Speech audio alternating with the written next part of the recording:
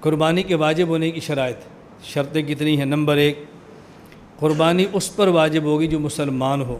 دلیل لأنها قربۃ والکافر لیس من اہل القرب بدأ الصنائع، قربانی عبادت ہے اور کافر عبادات کا حل نہیں اور مکلف نہیں ہے۔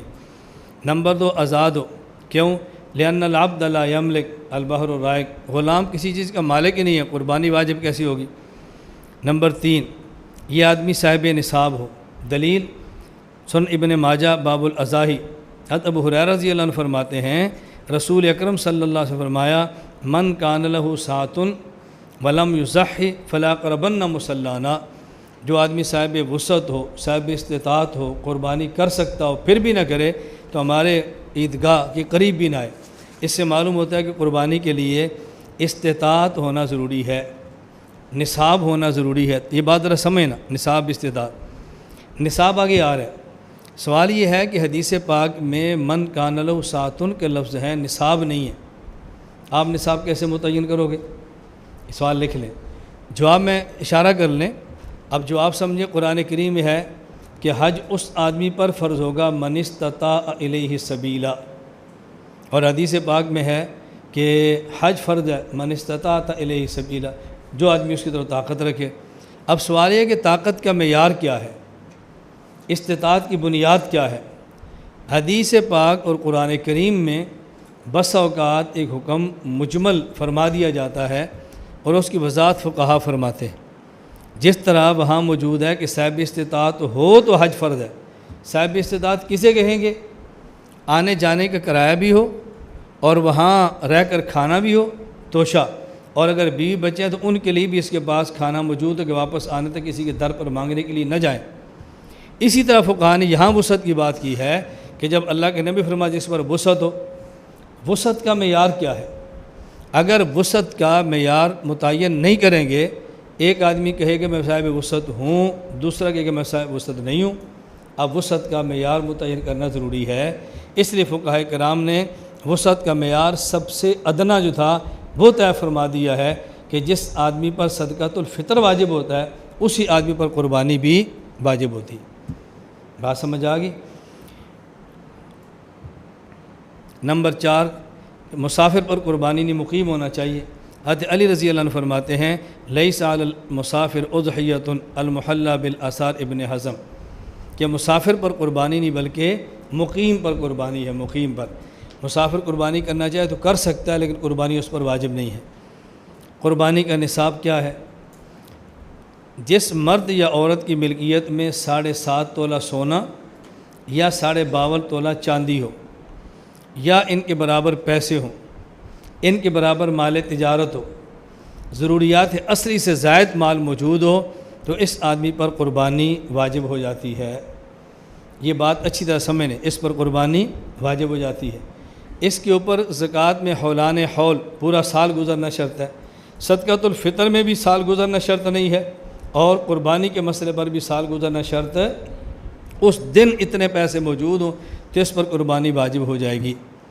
ان دنوں میں ایک مسئلہ بین الاقوامی سطح پر بڑے بڑے دارالافتاء کے مفتیان میں زیر بحث ہے۔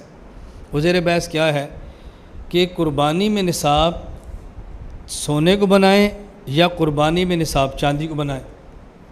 جس طرح زکوٰۃ میں قربانی کی بنیاد چاندی ہے، 7.5 تولہ سونا ہو یا 52.5 تولہ چاندی ہو، یا کو چھوڑیں۔ اب اگر کسی آدمی کے پاس پیسے ہوں اور 52.5 تولہ چاندی کے برابر ہوں تو سونے کے انتظار تو نہیں کرتے نا، تو زکوٰۃ میں بنیاد سونا بنے گا یا چاندی بنے گا؟ بنیاد چاندی ہے، کیونکہ چاندی کے پیسے تھوڑے ہیں، تھوڑے پیسوں پر زکوٰۃ ہوتی ہے۔ قربانی میں بنیاد کیا ہے؟ اس وقت ہمارے بہت سارے ملک کے دارالافتاؤں کی رائے یہ ہے کہ قربانی میں بنیاد سونے کو بنائیں، چاندی کو نہ بنائیں۔ سونے کو بنائیں، چاندی کو کیوں؟ زکوٰۃ کے اندر بنیاد یہ تھی کہ یہ اغنیاء سے لیں اور فقراء کو دیں، تو وہاں بنیاد فقیر ہے، اور یہاں قربانی میں بنیاد فقیر نہیں ہے۔ قربانی کی بنیاد عراق الدم، خون بہانا ہے۔ اگر کوئی شخص قربانی کرے اور قربانی کی جانور میں سے ایک لقمہ گوشت کا بھی کسی فقیر کو نہ دے تو قربانی کے ثواب کے اندر ایک رتی برابر بھی کمی نہیں آئے گی۔ بات سمجھ آ رہی؟ تو قربانی کا مقصد فقراء کو گوشت دینا ہے یا اللہ کے راستے میں جانور ذبح کرنا ہے؟ اور زکوٰۃ کا مقصد فقیر کو دینا ہے۔ تو وہاں فقیر کی رعایت کریں اور نصاب کی بنیاد رکھیں 52.5 تولہ چاندی۔ کیوں؟ اگر 7.5 تولہ سونا رکھیں گے تو 7.5 تولہ سونا کے برابر پیسے لوگوں کے پاس کم ہوں گے، بہت کم ہے، جن 7.5 تولہ ہوں گے تو فقیروں کو پیسے کم ملیں گے، اور جب 52.5 تولہ رکھیں گے تو فقیروں کو پیسے زیادہ ملیں گے، زیادہ لوگوں پر زکوٰۃ فرض ہو جائے گی نا۔ اور یہاں عراقت و دم بنیاد ہے، فقیر کو کھلانا مقصود ہی بنیاد ہی نہیں ہے۔ تو اب بنیاد یہاں 7.5 تولہ رکھیں، 52.5 تولہ نہ رکھیں۔ ایک آدمی کے پاس 52.5 تولہ کے چاندی کے پیسے موجود ہیں، ان دنوں میں کتنے بنتے ہیں؟ تقریباً 32,000۔ اب 32,000 موجود ہے اور قربانی اس پہ فرض ہو جاتی ہے، اور قربانی کا حصہ ہے 10,000، اور اس سے مقصود فقیر کو کھلانا بھی نہیں، مقصد صرف ذبح کرنا ہے۔ بات سمجھ آ رہی؟ تو 32,000 بندے پر حرج ہوگا نا۔ اب بنیاد کس کو بنائیں؟ 7.5 تولہ سونا، اور 7.5 تولہ سونے کا کتنے کا اس دور میں؟ تقریباً 50-55 ہزار کا بنتا ہے۔ آپ اس کو 3.25 لاکھ کر لیں نا، 3.5۔ اب دیکھ بالفرض میں کہ 3.5 کچھ اوپر نیچے کر لیں، 52.5 تولہ چاندی بنے گی 32,000 کی، اور 7.5 تولہ سونا بنے گا 3.5 لاکھ، 3.5 کر لیں۔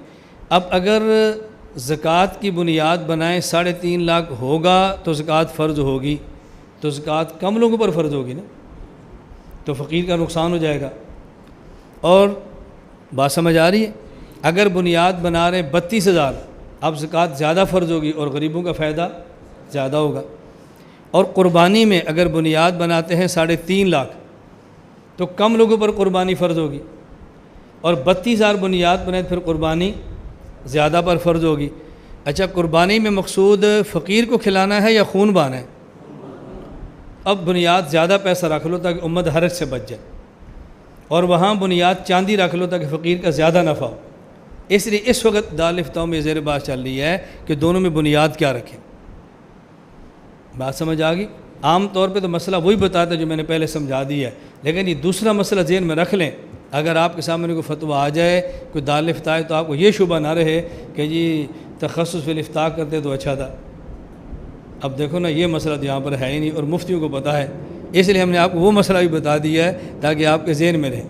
اور جس طرح میں پوری وضاحت آپ سے کر رہا ہوں نا، یہ آپ کے ساتھ پڑھنے والے تخصص فی الافتاء والے شاید اتنی وضاحت نہ کر سکے جو میں سمجھا رہا ہوں۔ اور یہ جو میں نے بات کی ہے، آپ اس کا تکرار کریں، آپ اس کو پھر بار بار کہیں، ہر طالب علم بیان میں اس کو لائے تاکہ آپ کو بیان کرنا ہے کہ اس مسئلے میں اختلاف کی وجہ کیا ہے۔ سمجھ آ گئی بات آپ کو؟ چلیں، ذبح کون کرے؟ اہل سنت والجماعت کے ہاں ضروری ہے کہ ذبح کرنے والا مسلمان ہو اور یا اہل کتاب ہو۔ اہل کتاب بھی نہ ہو، مسلمان بھی نہ ہو تو پھر اس کا ذبیحہ حلال نہیں ہے۔ قرآن کریم میں ہے وَطَعَامُ الَّذِينَ أُوتُوا الْكِتَابَ حِلٌّ لَكُمْ، اور یہاں طعام سے مراد پکا ہوا کھانا نہیں ہے، یہاں سے مٹھائی سموسے مراد نہیں ہے، طعام سے مراد ہے ذبائحہم۔ عبداللہ بن عباس رضی اللہ عنہ فرماتے ہیں طعامہم ذبائحہم، صحیح بخاری باب ذبائح اہل الکتاب۔ تو مسلمان ذبح کرے تو بھی ٹھیک، اور اہل کتاب ذبح کرے تو بھی ٹھیک، اس کے علاوہ کافر کو ذبح کرے تو پھر یہ قربانی جائز نہیں ہوگی۔ ہاں البتہ غیر مقلدین کیا کافر بھی ذبح کرے تب بھی قربانی ہو جائے گی، ان کا مسئلہ ہے۔ وحید الزمان غیر مقلد کنز الحقائق میں لکھتے ہیں ذبیحۃ الکافر حلال اذا ذبح للہ وذکر اسم اللہ عند الذبح، کہ کافر ذبح کرے گا تو ٹھیک ہو جائے گی۔ شیعہ اگر ذبح کرے اس کا ذبیحہ بھی حلال نہیں ہوگا، اور ان کے یہاں شیعہ کا ذبیحہ بھی حلال ہے۔ میاں نذیر حسین دہلوی کہتے ہیں فتاوی نظیریہ میں واضح ہو کہ ذبیحہ تشیع کا کھانا حلال ہے کیونکہ اہل اسلام میں سے ہیں الیاذ باللہ۔ تو ذبح کرنے والا مسلمان ہونا چاہیے یا اہل کتاب، اس کے علاوہ کوئی ذبح کرے گا تو قربانی جائز نہیں ہوگی۔ لا الہ الا اللہ، لا الہ الا اللہ، لا الہ الا اللہ، ما لنا رب سوا۔ إلا الله